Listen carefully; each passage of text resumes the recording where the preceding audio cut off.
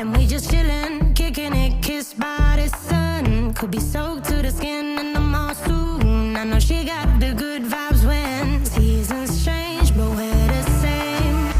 Even if I lost all my money, the zero runs deep, honey. And I don't need to speak a single word, 'cause you got me holding, holding. Even if my jokes aren't funny, my tongue tied up on it. And I don't need to speak a single word, 'cause you got me holding, holding.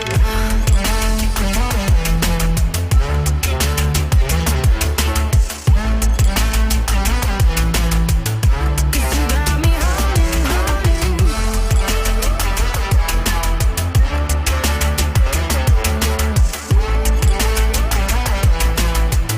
'Cause you got me holding.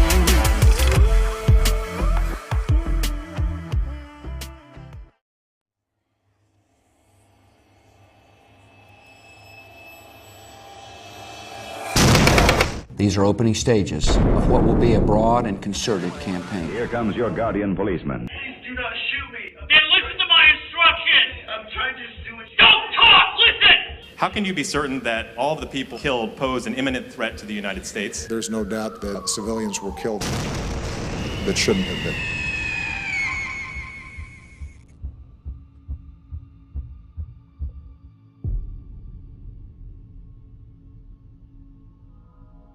In your life, you will interact with many different social institutions. There is one institution that is unlike any other, one where you are subservient to others. From the cradle to the grave, you will be regulated, taxed, controlled, indoctrinated, coerced, judged, and possibly killed at the whims of members of this organization. This institution is called the state.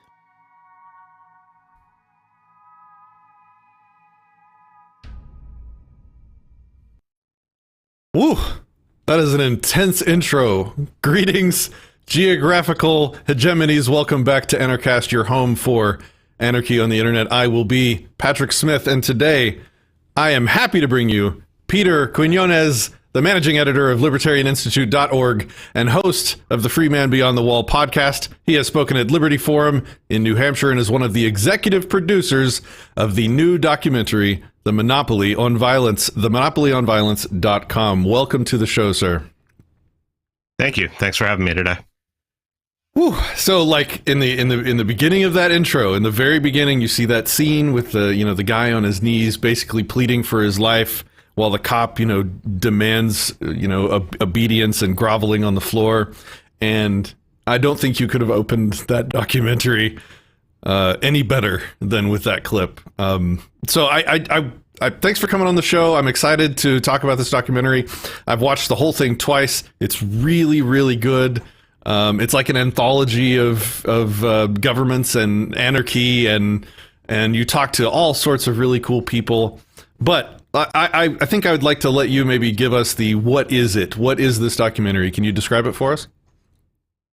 It's just introducing the public to what anarchy is. And unfortunately, at this time, most of the public believes that anarchy is going around and breaking windows and robbing and looting places and beating people up. And it's not. So we just wanted to present to them that there are people out here who believe in non-aggression. There are people out here who believe in free markets and believe in just voluntary transactions, that believe that the state is obsolete, it's force, it's violence, and that there's a better way. And that's what the goal of this is. That the state is like obsolete, ancient legacy technology is a really great way to sort of frame it. It had its time in history. It caused a lot of destruction. It hurt literally countless lives, and we need to. Thanks, Adobe. I appreciate that. Adobe is supposed to be about content creators, and I think it's popped that notification in every live stream I've ever done. Okay, so it has negatively impacted the lives of millions. Its time is done, and I think this documentary did a great job at sort of expressing like the reasonable position. You showed reasonable looking people making reasonable arguments about why it's bad and why its time is over and should be, you know, sort of relegated to the dustbin of history. What was your part in making this documentary? I was approached after Chris Kofer, who is the director and the editor, and Robert Beeler. Chris Kofer came up with the idea. He approached Robert Beeler. They started planning things. And they approached me because, being a podcaster, most of the people who were in the documentary I've already had and interviewed on my show. So I say, for those of us who are old enough, I was a Rolodex, and I have a Rolodex, and they wanted access to the Rolodex.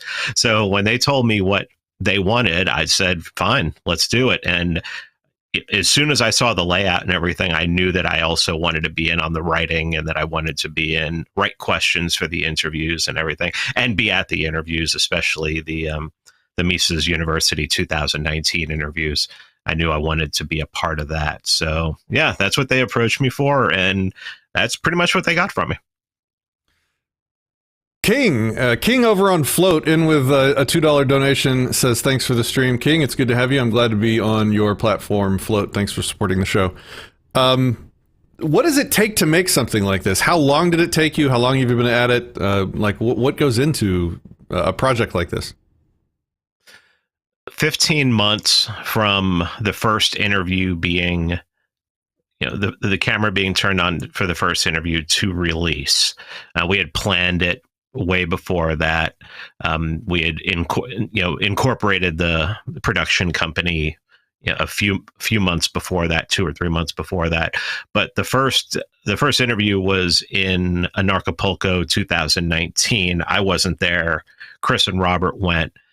I was actually speaking at Liberty Forum in New Hampshire that week, and just started the interviews there. And then we got together and said, where do we go from here? And I said, really, what we're going to have to do is, Mises University's in July. There's probably going to be like 10 people we want to interview there. So we need to plan out exactly everything we want to do, and let's start working on some behind the scenes stuff, and then wait for that. And then once those interviews got taken care of, we planned for the next trip, which was going to be to Texas and hit a bunch of people in Texas, go to New Orleans to hit Walter Block, come back to Texas to hit a couple people. And then Chris was going to fly to Denver to hit Michael Huemer, to interview Michael Huemer. And then he headed home. And then the next interviews were a New York, an East Coast trip down the East Coast, and hitting Maj Touré and myself and Tom Woods, and there's somebody else in there that I'm forgetting that I feel like a heel about. And then Chris goes back to Oregon, because in the middle of this, Chris moves to Oregon to make everything easy. You know, all three of us are in Atlanta, in the Atlanta area, so he decides he's going to move across the country, just so that this could be really simple, make everything simple. And then he goes back, and then has to fly back to Yale, to Connecticut, to hit James C. Scott, because we needed an anthropologist for the first part of this, and James C. Scott there was another name thrown around, but the person lived in London, and things didn't happen, and things just didn't work out. But so that's what it takes. That's how most of the money that we crowdfunded went to travel. And then luckily, one of the people who was helping us, Vinnie Marshall, he lives in the San Francisco area, and he was able to get Thaddeus Russell, who lives in Oakland, and David Friedman, who lives in the area. So that pretty much rounded it out after that, all the interviews. So you got to make like a long list of really awesome people and then tour the country talking to them. That sounds like an absolute blast. Was there any... Go ahead. I was going to say, and the only ones that I went to were the ones at Mises University, which is an hour and 15 minutes south of me. So, it's like Chris did most of the did the traveling and everything. So, and believe me, it wasn't talking to him while he's doing it. It wasn't a vacation for him. That you can just imagine hauling the equipment around, having to get the equipment set up for a 15-minute interview, and then tear the equipment down and then drive to the next place. And you're driving all over Texas, which so. Yeah. Well, I mean, still, just talking to all those people, I would love that opportunity, and I guess that's what we do here. So, what were there any like challenges or obstacles? So it sounds like you made a list of awesome people, or how does the process work? You started with like a script or maybe a set of themes in some kind of narrative, and then you found names to sort of fill in each of those subjects, or how does that even work? Well, you look through classic libertarianism and you say, hey, what do we want to hit? What do we want to talk about? And obviously, one of the first things you're going to want to talk about is the Federal Reserve. You're going to want to talk about the nature of the state. You're going to want to talk about education. You're going to want to talk about foreign policy, monetary policy, the Fed, of course. And then you just start writing questions. You have a schedule of people that you're going to interview, and you're like, okay, who's best to answer these questions? So, we're going to interview Judge Napolitano, which we got at the last minute. We didn't know we were going to interview him. We had 24 hours to prepare for that, and we're just writing down questions, just scrawling questions about the founding and the Constitution, and how the Constitution has failed. And we got to talk to him about the Articles of Confederation, which isn't in the movie. Talked to him about Waco, which isn't in the documentary, which will be in the bonus features and everything. And so you're just. Basically, you're like, okay, what do we talk about? What is it that libertarians and anarchists talk about? And you come up with questions for those. You figure out which question matches best with who. There's a bunch of questions where you just ask everybody the same question, so you see who comes up with the best answer, so that you can use it, and then you just go from there. And when it came down to like the end, where after everything is transcribed and you have everything on paper, and then you have to map out exactly how you're going to tell your story. That was Chris Kofer. Chris Kofer did that. This thing was 3 hours long at one point. We had to get it down to 1:45. I wanted to get it down to one. Yeah, I wanted to get it down to one. How do I see the 3 hour cut? I want to see the 3 hour cut, please. Well, that was only done in script form. It was never done in. I think the longest video version we had of it was 2 hours and 21 minutes. Okay. And then had to cut about 40 minutes out of that. So all of the interviews are being cleaned up and systematized for bonus features we're going to have these on a Blu-ray, but we're also planning, when we upload this to Amazon, to upload the bonus features to Amazon as well, so people can take advantage of those. Awesome. Are you releasing those cutting room floor, like behind the scenes stuff anywhere, or where can we find those? Our Stateless Productions YouTube channel, you can link to it. You can click right through to it on the monopolyonviolence.com. We've put up Maj Touré's full interview, Tom Wood's full interview, Dave Smith's full interview. I don't know if we have anybody else. I can't remember right now, but I know we have Scott Horton's cleaned up, and that'll be put up there. Napolitano's we haven't done yet. No. Was it? Is that what you're gonna ask? Yeah, because I'm a huge fan of Napolitano. Was it difficult to get him, or was it just kind of you had to network to find him, or do you have to network to find these people, or like do you just know them? You have your Rolodex that, like you said, and you just call them up and get people involved, or how does that work? Well, I'm friends with Jeff Deist, who's the president of the Mises Institute. So I called him up and I contacted him. I said, look, we want to is there a place that we can set up so that we can shoot this documentary? And they, on the third floor of the Mises Institute, they have it's called the Massey Library. And in the back of it, you have some natural lighting, and there's an area, and they allowed us for 4 days to just set up and use that area. Now, every year at Mises University, Judge Napolitano comes in and teaches for 5 days in a row. So and they give him an office, a temporary office while he's there. So I'm like, let's just go ask him. So I went down there and introduced myself and said, we're shooting a documentary. The Mises Institute's backing us on this and everything. And would you be willing to answer some questions for it? And the only question he had was, is it going to compete against anything Fox related?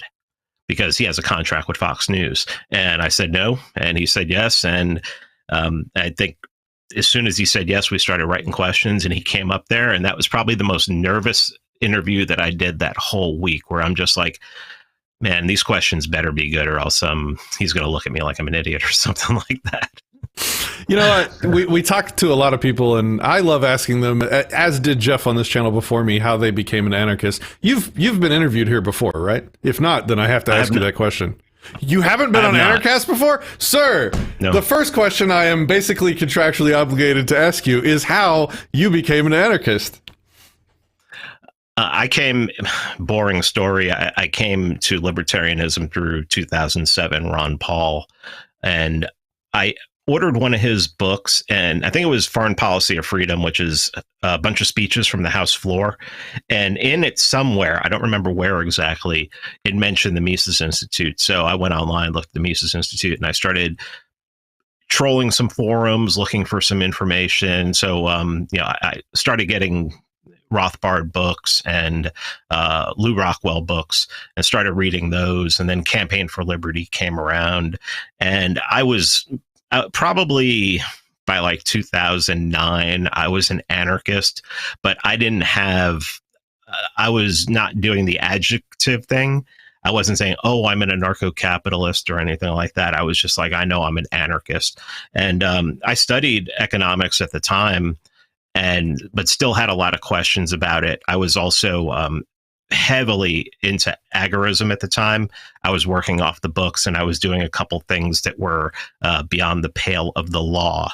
So I was keeping to myself and keeping my head down and everything. And it wasn't for a couple of years that I started read What Has Government Done to Our Money by Rothbard and books like that. I think right off the bat, I read Man, Economy, and State, and it was like, oh my God, I have no clue what I just read. I think I read Woods's book Meltdown, and that's when I understood that the Fed was a problem, but I really didn't start getting my economic chops until like 2012, 2013. And then I didn't really do anything publicly, or I had an old Twitter account that I started in like 2008, 2009. And then in 2016, when I saw the choices that were being handed to people, and that includes the Libertarian Party candidates, I started posting memes and started doing posts and everything. And I drew a lot of attention to myself. And about a year later, I was trying to figure out what else I could do. And July of 2017, 3 years ago, I started my podcast, and it did it just took off. It not like immediately, but I noticed that like by 2018, by February and March, I was starting to get a lot of downloads, and just went, and here I am. Then Chris approaches me in late 2018 about the documentary, and just here I am. Yeah, so most of the people that we asked that question to, me personally, Jeff, back on this story, it's like 60% of the people seem to be Ron Paul in their sort of path. Maybe he was the beginning of their path to anarchy. A large number of people are Molyneux. The first chink in the armor for me was Napolitano. And so one day I really, really hope to interview him on this show and get to sort of meet the guy that, put me on the path. So maybe you can help me make that connection. That would be so awesome to talk to that guy. He's a tough get. I've never had him on my podcast. So really? Okay. Yeah. Fair enough. And it sounds like he's got some contractual thing that might interfere. Oh yeah. How has the documentary been received? Are your view counts good? You getting good feedback, good comments? I think when I checked earlier, we were at almost 55,000 views. So I think that's pretty darn good for a movie about anarchism. Yeah, we're at 54,700 ish, and I mean that's kind of shocking. When I was at 20,000, I was texting back and forth with Thaddeus Russell, and I said, we're at 20,000 views already. And he goes, are there 20,000 ANCAPs in the whole world? Oh, and I'm like, definitely. I'm like, dude, I don't know if there's, I'm not totally convinced that this is just ANCAPs, because we've been told that left libertarians and left anarchists have watched it and like it. People are sharing it with their their family, their normie friends and everything. So, yeah, I mean, it's hard to know the breakdown of who's watching it and everything. I will almost default to say, okay, everyone, okay, that's 20,000 ANCAPs have watched it, and they've watched it 2 more times. So, I'll even give it that. But I mean, I think there's a lot of normies. I think there's a lot. I mean, the amount of people who have said anything negative about it. I think a lot of people, some people who are into sound, realize that the sound levels on the interviews are a little bit off. And that was just because with everything that was happening at the time, we wanted to get it out in front of people. So, we've already fixed that up and everything. Because when you upload it to Amazon, everything has to be perfect. We just wanted to get it out in front of people. I mean, when we released that, cities were on fire, there was riots, there was, police were beating people in the streets, and we're like, we don't think there's a better time. Mm-hmm. We can't wait. It's good enough. The only people who are really going to see any kind of flaws that we have in it are people who are technical, and that's been 10, 12 people. And there are going to be some people who are just not going to like it because they don't like me or something like that, and that's fine. But overwhelmingly, I haven't had. No one has contacted me on social media and said they hated it. I mean, it was only YouTube comments or something like that. So, and the YouTube comments are cancer anyway. So I try to stay away from those. Yeah, I know exactly what you mean. And timing is so important for this stuff. I did a quick little narrative. It was 5 minutes long, called "This Is How It Will Happen." And it told the story of what it looks like and feels like from the receiving end of a no-knock raid by the police. And, the narrative, the words were really, really intense. And I wanted to give it video and visuals that were equally intense in quality. And it would have taken me probably an additional 3 months. But then a lot of stuff hit, police violence is in the news. I'm like, well, okay, we're just going to have to release it in the best state that we can. So I totally, that makes perfect sense. And I'm glad that you did. I think this is one of the things that we need to be sharing with the normies. There's plenty of media that preaches to the choir, and that's great and that's fine, and it bolsters ourselves and it builds community amongst ourselves. But when content like this that comes along that is really, really shareable with a normal person to kind of wake them up a little bit, this is definitely one of those things. So definitely I would suggest sharing this one. If you if you haven't, please do. This is a great moment.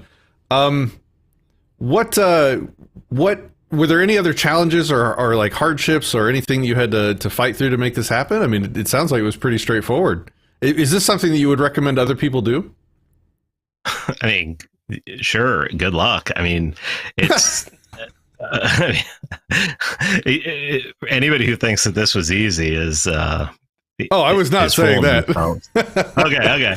Well, here's the thing: is we crowdfunded the whole thing, and because Chris was going to be doing the editing, and we had already had people say, "Oh, I'll do the music for free," which is JJ Boogie, who is the guitar player and engineer and producer for the hip hop band Arrested Development here, Grammy-winning hip hop band Arrested Development here in Atlanta.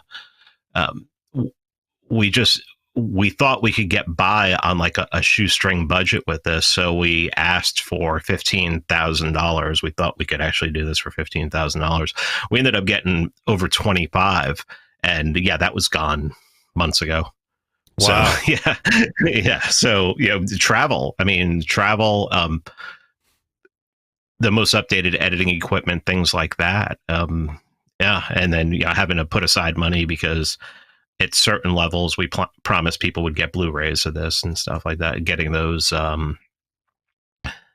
made, which people is still have those. Right now. I mean, a lot of people chose that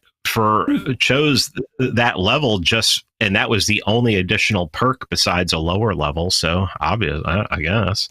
I mean, they can go and for $10, you can download the 4K version of it off of our website. You can download a 720 version for free, but you can, for $10, you can get the 4K version. But yeah, we know now with the next documentary that we do that we're going to need a lot more money than what we got on this one. So that was one of the challenges. And there were other people I wanted to get for this, but it just ran out of money. That was my next and last question for you, was what is next? Do you have the next documentary in mind? Do you have something in the works?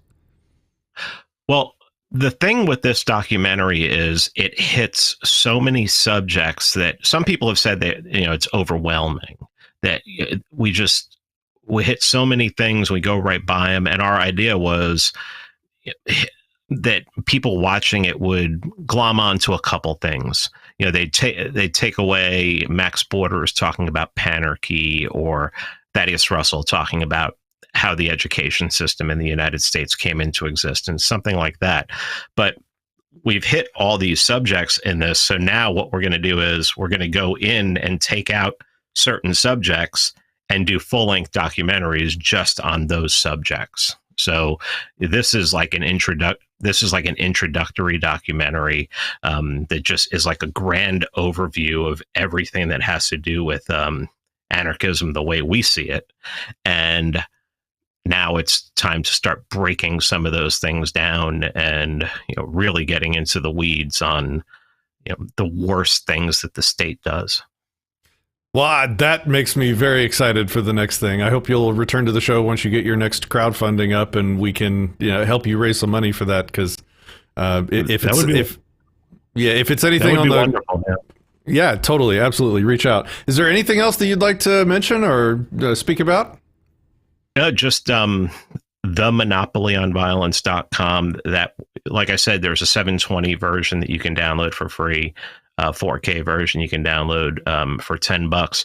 Next to the button on the 720 version is a donate button. We have PayPal address and PayPal link and cryptocurrency addresses.